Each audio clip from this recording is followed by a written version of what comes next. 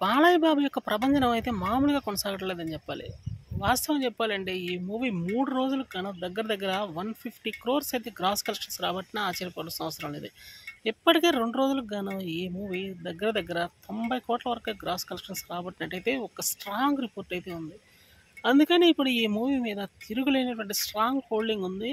ఈ పండగ 4 రోజులు అయిపోయిన తర్వాత ఈ మూవీ అయితే కలెక్షన్స్ లాంగ్ టర్మ్‌లో అంటే అట్‌లీస్ట్ ఒక 30, 40 రోజుల పాటు ఈ మూవీ కలెక్షన్స్ రాబడుతూనే ఉంటుంది.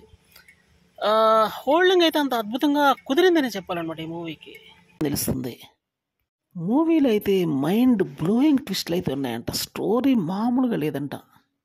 ప్రకంపన సృష్టించే విధంగా ఉండబోతుంది మూవీ అని మాత్రం గట్టిగానే తెలుస్తుంది. ఇటువంటి మూవీ ఇంతవరకు ఇండియన్ స్క్రీన్ మీద అయితే రాలేదు అని అయితే గట్టిగానే చెబుతున్నారు.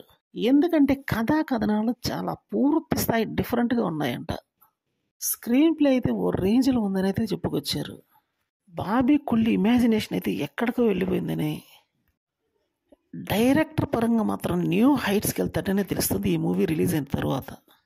టార్గెట్ అయితే యాక్చువల్గా 160 కోట్ల గ్రాసే రాబట్టాలి, కానీ ఏకంగా ఈ మూవీ 200 కోట్ల గ్రాస్ రాబడుతుందని ఒక టాక్ అయితే బలంగా నడుస్తుంది. ఎందుకంటే కలెక్షన్ల కుంభవృష్టి కురవడం ఖాయమని తెలుస్తుంది.